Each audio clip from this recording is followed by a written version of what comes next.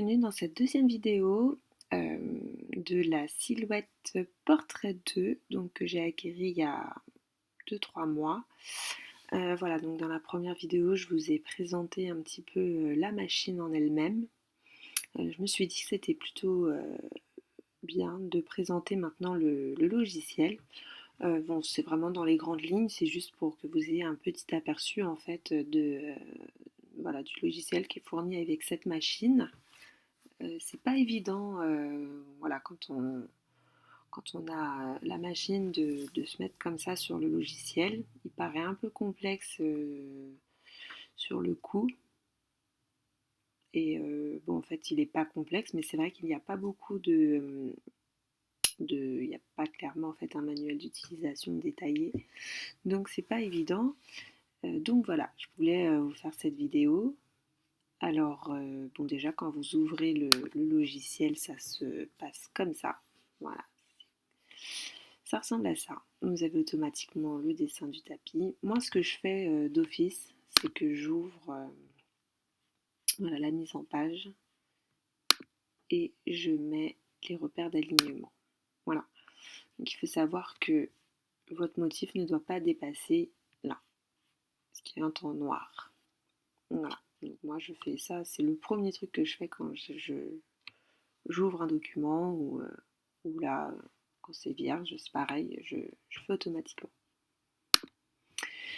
Alors là, vous avez plein de petits outils. Bon, je vais vous présenter vraiment ceux que je connais parce que j'ai pas encore tout tâté. Donc voilà, là c'est si vous voulez faire des formes, par exemple des étiquettes. Hop, vous avez une étiquette. Vous pouvez changer la couleur, les contours. Par exemple, là je veux tout rouge. Mais si je voulais par exemple blanc avec un contour bleu, j'ai. Là, vous avez le forme des traits, hop, une ligne ou des pointillés un peu plus éloignés, etc. Là, la largeur du trait. Voilà. Là, vous avez ici la dimension donc, de votre rectangle que vous pouvez modifier directement ici. Vous voulez un rectangle, hop, je ne sais pas, voilà,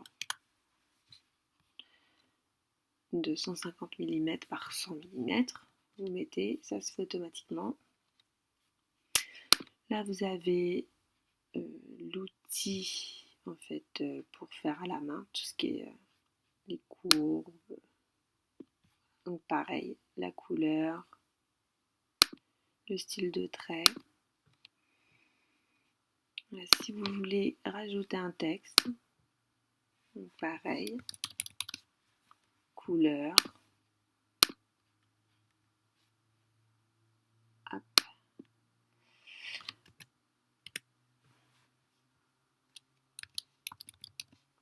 Voilà. Etc. Style de trait, pareil. Vous pouvez préciser. Là, c'est pour faire un commentaire. Moi, perso, j'ai jamais utilisé, mais vous avez automatiquement le rectangle qui s'affiche que vous pouvez modifier. La gomme. Et l'outil couteau jamais utilisé, ni les éditeurs de points non plus. Ici, vous avez tout pour sauvegarder, imprimer, revenir en arrière, zoomer, dézoomer. Hop là, c'est la main. Voilà. Et ici à droite, donc la mise en page, on a vu. Là, vous avez la configuration. Donc, il faut mettre votre machine, le type de tapis de coupe que vous avez, le type de papier que vous utilisez, enfin le format. Voilà, vous pouvez pivoter. Est-ce que là, hop, vous pouvez pivoter votre tapis. Là, ça, j'utilise pas. La mise en page, je mets toujours les repères d'alignement. Ensuite, à votre droite, là, vous avez Pix. Donc, c'est pour ceux qui ont le tapis PixScan. Moi, je ne l'ai pas. Mais en gros, l'utilisation, c'est vous prenez en photo, par exemple, je sais pas, un enfant fait un dessin sur du papier adhésif ou du carton. Vous prenez en photo le dessin, vous le chargez là. Vous pouvez aussi soit prendre en photo, soit scanner. Et ensuite, vous pouvez du coup vectoriser, le dessin. Voilà ce que vous avez pris en photo. Donc après, voilà, j'ai pas. Mais voilà, vous pouvez avec votre téléphone prendre en photo le dessin, le balancer en fait sur le Silhouette Studio. Et ensuite, vous faites la vectorisation tout simplement. Voilà, là c'est tout ce qui est palette couleur. Là c'est type de ligne, ce qu'on on retrouve ici.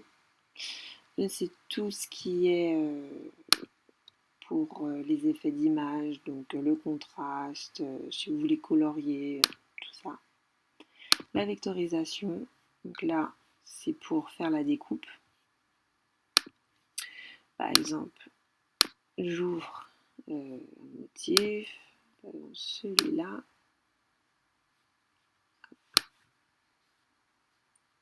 Tac, première chose que je fais,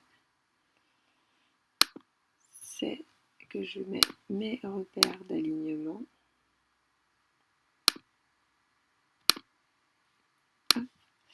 Et mon logo, hop, je le mets par exemple en 150. Je vais me faire à la main, ça ira plus vite. En gros, vous agrandissez à la dimension que vous souhaitez. Et là, vous allez dans vectorisation, sélectionner la zone. Donc, hop. Et là, il faut que tout soit jaune. Donc, là, c'est trop. Là, c'est pas mal. Et vectoriser. Et là, en fait, si vous voyez bien, vous avez des contours rouges et c'est ce qui va être découpé. Voilà. Donc là, c'était tout ce qui est vectorisation. Là, c'est le panneau du texte. Donc, c'est tout ce qui est la police, les alignements d'écriture. Vous pouvez tout changer là. Là, c'est pour transformer. Vous pouvez centrer.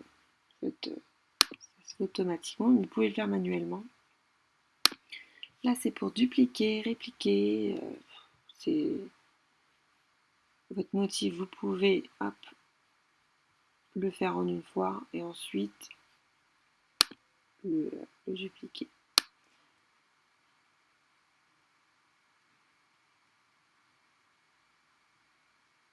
Voilà.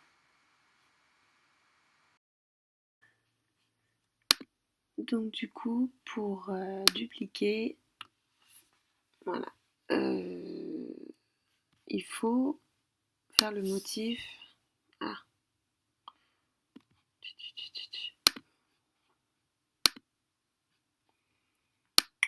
Faut faire le motif, le grouper.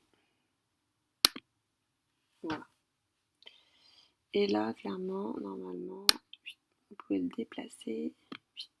Et voilà.